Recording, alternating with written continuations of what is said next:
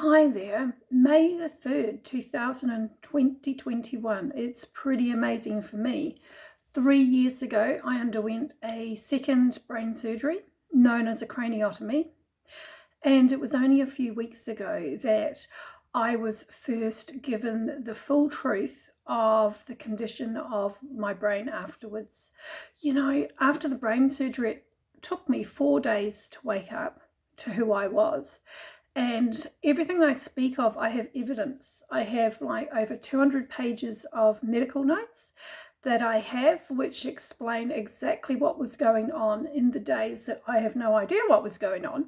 But I do remember coming back and saying that I was in 1918 and all these strange things. So when I woke up 4 days after not remembering anything, I woke up in a ward without being able to see very well because a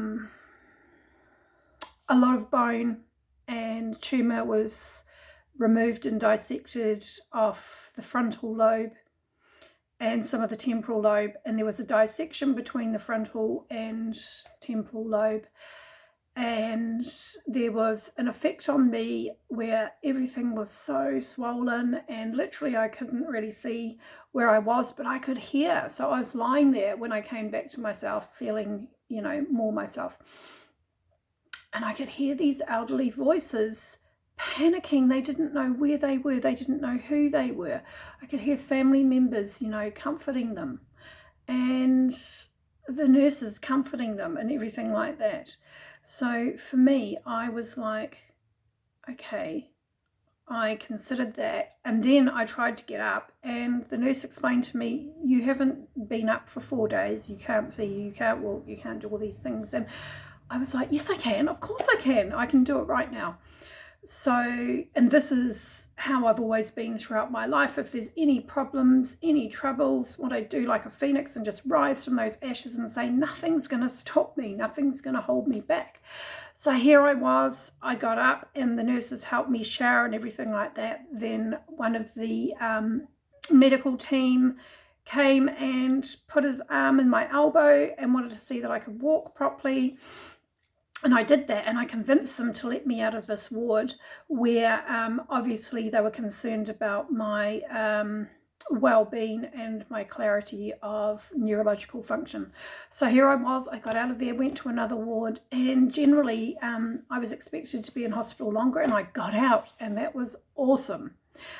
Then when I got out, I had rehab at home on a balancing ball and everything like that because my the surgery had created a huge eye misalignment because the tumour was actually sort of, embedded behind my eye and displacing the rectus muscle and a bit wrapped around the optic nerve, and then going back into parts of my brain, starting to enter the cavernous sinus, and, issues like that are, can be very sanity and life-threatening.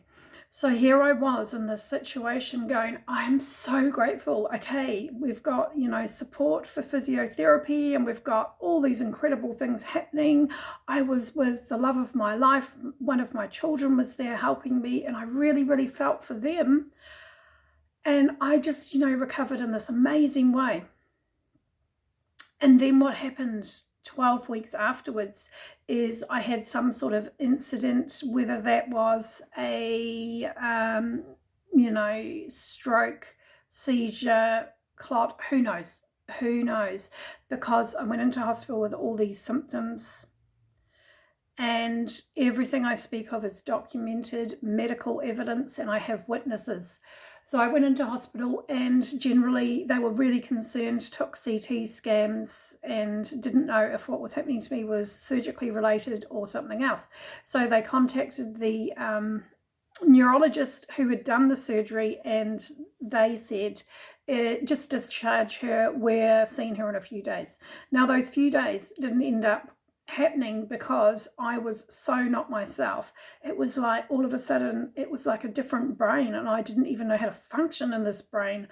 I'd already been to rehab in the new town we were living in, and they'd had an hour and a half with me to say, okay, what's going on, what's the support you need, how can we best support you?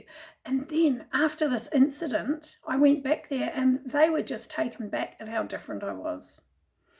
Instead of being able to speak as I am, and I don't always have the ability to speak as I am right now, I would be starting to speak and I'd just start crying and crying and crying and crying.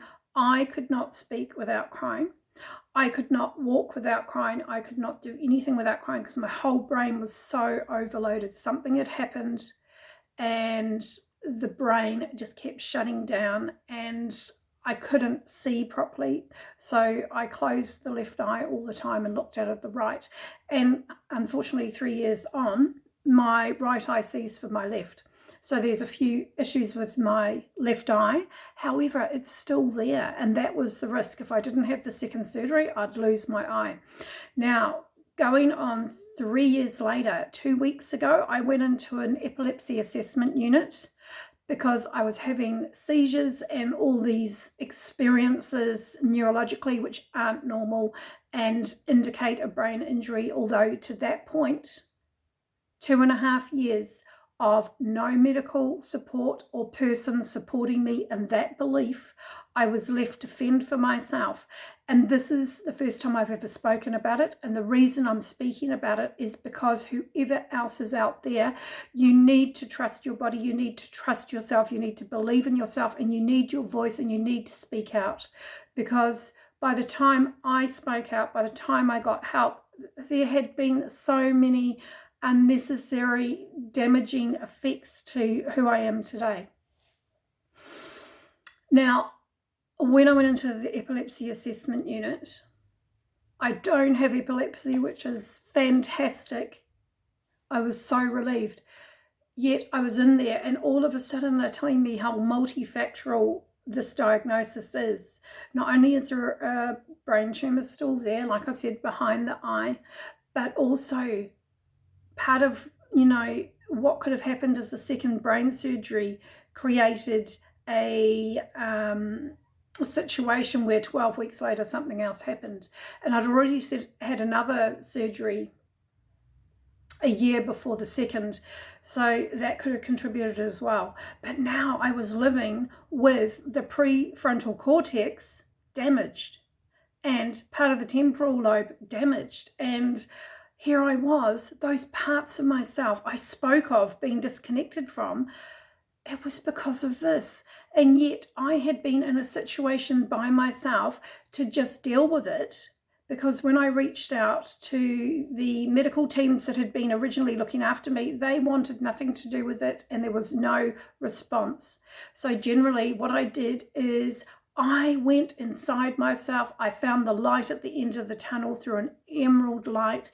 So you'll see in my business logo, there's an emerald there, and that represented what happened to me. I went through the light at the end of the tunnel and I created my new team for recovery, and now I have them today. And every single one of them has said to me, we've never met anybody like you with such a injury, with such an awareness and understanding and such a stability that you have. It truly, inspires us, and we just want to know what you're doing. And so I started telling them what I was doing, and they were like, this is amazing. Can you, have the courage to share what you're doing, because it'll help so many people. We've never met anybody like you. And imagine if other people in your situation or, in other situations in life had that, ability that you have. And then I thought to myself, I keep saying, but it's just me. I'm just being me. And they said, well, there's something about you that is truly remarkable. And, the word stoic came up and everything like that. And I was just like, wow, what do I do? So I came out of the epilepsy unit 2 weeks ago, and I've been given a tiny, tiny bit of medication. They would like me to increase the dose, but I don't need to, because that tiny bit of medication was like the result, in addition to the truth and the support, for the first time in 2.5 years. All of a sudden, even though these parts of me are so damaged, it was like I felt so supported. So everything I do now, I do because it's worked for me. And now I've got, a medical team of experts in a neurology ward telling me that what I'm doing is working too. So here I am to share this exciting 3-year update since I had the second brain surgery. And I'm going to start sharing these incredible healing modalities and ways that you too can become everything you've never dreamed of. And then when you start experiencing these things, you're just like, wow, okay, if I can have this, even though I've got a brain injury or something else going on in life, what more can I have? And then I just kept going and going and going as I am. And I'm so excited to be here and share with you, and I'll continue to. Have a great day.